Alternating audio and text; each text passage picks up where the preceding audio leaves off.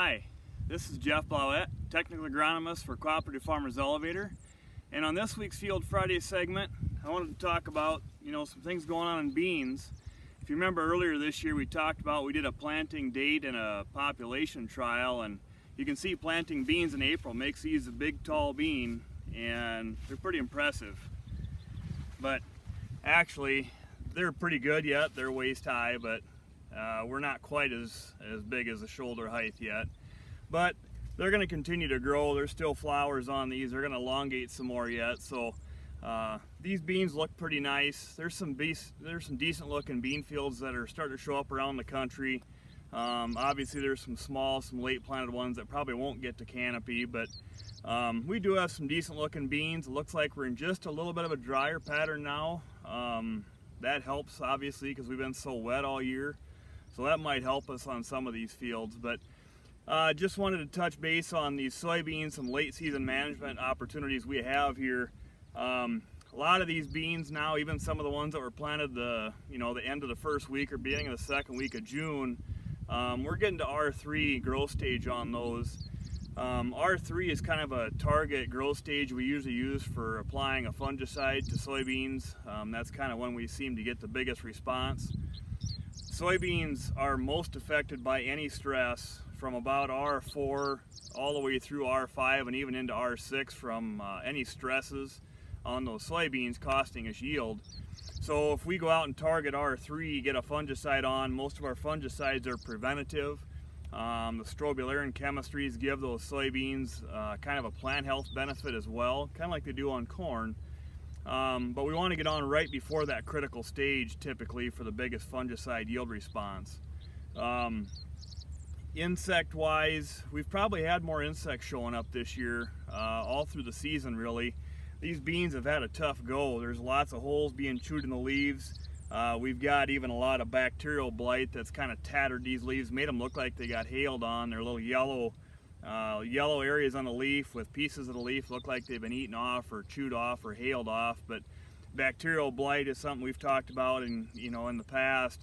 All these rain events, we have rain splash off of the soil and off of the residue, and it's kind of in our soils already, so there's nothing we can really do about it. It's bacterial, so fungicides won't help with that. But with that, in combination with a lot of these holes in the leaves, we've got a fair amount of feeding on some of these. We may need to consider, if we haven't already, if the feeding continues to get worse, we may end up with some defoliation that's severe enough where we want to stick an insecticide on the acre. In the reproductive stage on soybeans, we usually look at about 20% defoliation is the target. We get above that, it's worth throwing an insecticide on. Even at $8 beans, what have you, I think that's kind of a threshold we need to look at. As far as aphids, we've started to see some aphids show up on some of those areas that we typically begin to see them, so they're starting to show up. We obviously have good weather in the forecast here where we're supposed to be, in that 80-degree range, not real warm.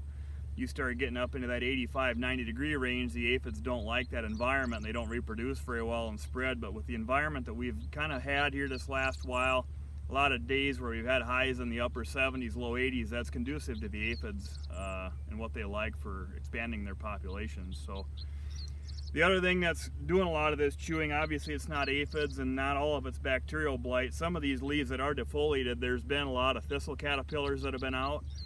I think we're through the second generation now. We may have a third generation come out and start doing some feeding.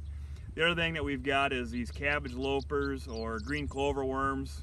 If you take a big handful of plants and shake them over the row and then just kind of part them and look on the ground, if you wait 10 seconds, sometimes they get disoriented when they fall, but if you wait 10-15 seconds, you may see these green worms start to crawl around on the ground, so you kind of know what's doing the damage as far as feeding goes. The key that we're looking at with those is the newest leaves that are forming, the newest trifoliates is where the most tender growth is. That's where they like to feed. But if there's no feeding on the newest trifoliates, whatever did the chewing on the older leaves is gone, because they would rather chew on the new leaves. But in this field in particular, there is some feeding on these new leaves, and I think we've seen that quite a bit on a lot of these fields. Now, we haven't had 20% defoliation hit on many yet, but we might to keep an eye on things. But the economics, our research trials have shown over a multi-year data set, we've had about a 4 bushel response to fungicides. We've tested the best fungicides, the Preaxors of the world and those kinds of things, the Travapros, the top end fungicides as they've come out. So we've gotten pretty good yield responses on those. We haven't tested some of the cheaper, low-cost fungicides. Common sense would say we probably ought to expect maybe just a tick less in yield response. So I don't know how much benefit there is to going on the low end of the fungicide game just to save money, because we probably will give back some of the yield as well.